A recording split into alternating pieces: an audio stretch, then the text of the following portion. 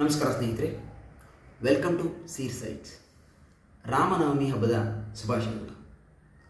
ವಾಲ್ಮೀಕಿಗಳು ರಾಮಾಯಣವನ್ನು ಬರೆಯೋಕ್ಕೆ ಮುಂಚೆ ಆಲೋಚಿಸ್ತಾ ಇದ್ರು, ಮನುಷ್ಯರಿಗೆ ಯಾವ ಗುಣಗಳು ಅತಿ ಮುಖ್ಯವಾದವು ತನ್ನ ಆತ್ಮದ ಉದ್ಧಾರಕ್ಕಾಗಿ ಅಂತ. ಅಂಥ ಸಮಯದಲ್ಲಿ ಅವರ ಆಶ್ರಮಕ್ಕೆ ಅವರ ಗುರುಗಳಾದ ನಾರದರು ಬರ್ತಾರೆ.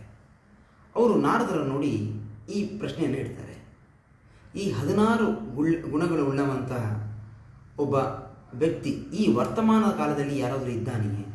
ಇದ್ದರೆ ಅವನು ತೋರಿಸ್ಕೊಡಿ, ಅವನ ಬಗ್ಗೆ ಹೇಳಿ ಅಂತ. ಅವರ ಪ್ರಶ್ನೆ ಹೀಗಿರುತ್ತೆ, ಕೋ ಅಸ್ಮಿನ್ ಸಾಂಪ್ರತಂ ಲೋಕೆ, ಈ ಲೋಕದಲ್ಲಿ, ಈ ಕ್ಷಣದಲ್ಲಿ, ಈ ವರ್ತಮಾನ ಕಾಲದಲ್ಲಿ ಈ ಗುಣಗಳುಳ್ಳವರು ಯಾರಿದ್ದಾರೆ? ಯಾವ ಗುಣಗಳು? ಗುಣವಾನ್ ಕಶ್ಚ ವೀರ್ಯವಾನ್, ಗುಣವಂತನಾಗಿದ್ದಾನೆ, ವೀರ್ಯವನ್ನು ಹೊಂದಿದ್ದಾನೆ, ವೀರನಾಗಿದ್ದಾನೆ. ಧರ್ಮಜ್ಞಶ್ಚ ಕೃತಜ್ಞಶ್ಚ, ಧರ್ಮವನ್ನು ಅರಿತುಕೊಂಡಿದ್ದಾನೆ, ಕೃತಜ್ಞನಾಗಿದ್ದಾನೆ, ಅಂದರೆ ಮಿಕ್ಕವರು ಮಾಡಿದ ಉಪಕಾರವನ್ನು ನೆನೆಯುವಂಥವನಾಗಿದ್ದಾನೆ. ಸತ್ಯವಾಕ್ಯ ದೃಢವ್ರತ, ಯಾರು ಯಾವಾಗಲೂ ಸತ್ಯವನ್ನೇ ನುಡಿಯುತ್ತಾನೆ, ಯಾವಾಗಲೂ ತನ್ನ ವ್ರತದಲ್ಲಿ ದೃಢನಾಗಿದ್ದಾನೆ, ಡಿಟರ್ಮಿಂಡ್ ಆಗಿದ್ದಾನೆ. ಚಾರಿತ್ರೇಣ ಚ ಕೋಯುಕ್ತ, ಯಾರು ತನ್ನ ಚರಿತ್ರೆ ಅಥವಾ ಅವರ ಚಾರಿತ್ರ್ಯ ತುಂಬ ನೇರವಾಗಿದೆ, ಸರಿಯಾಗಿದೆ ಅಥವಾ ಸಚ್ಚರಿತ್ರ್ಯವನ್ನು ಹೊಂದಿದ್ದಾರೆ. ಸರ್ವಭೂತೇಷು ಕೋಹಿತ, ಯಾರಿಗೆ ಎಲ್ಲ ಭೂತಗಳ ಮೇಲೂ ಒಂದು ಪ್ರೀತಿ ಇದೆ. ವಿದ್ವಾನ್ ಕಹ, ಯಾರು ಎಲ್ಲ ವೇದಾಂಗಗಳನ್ನು ಅರಿತುಕೊಂಡಿದ್ದಾನೆ.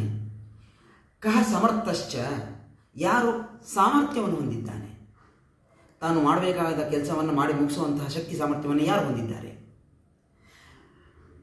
ಕಶ್ಚೈಕ ಪ್ರಿಯದರ್ಶನ, ಯಾರು ಮನಮೋಹಕವಾಗಿ ಸುಂದರವಾಗಿದ್ದಾನೆ ನೋಡಲಿಕ್ಕೆ.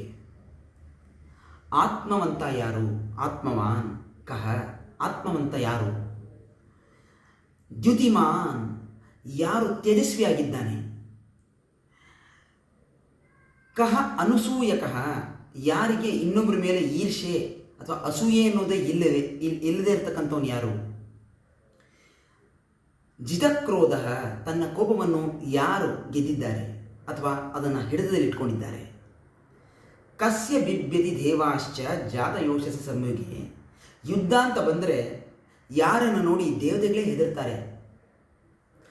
ಈ ರೀತಿಯಾದಂಥ 16 ಗುಣಗಳನ್ನು ಲಿಸ್ಟ್ ಮಾಡಿ ಕೇಳ್ತಾರೆ ವಾಲ್ಮೀಕಿಗಳು. ಇದಕ್ಕೆ ಒಂದೇ ಉತ್ತರ ನಾರದರು ಕೊಡ್ತಾರೆ, ಅದು ರಾಮ.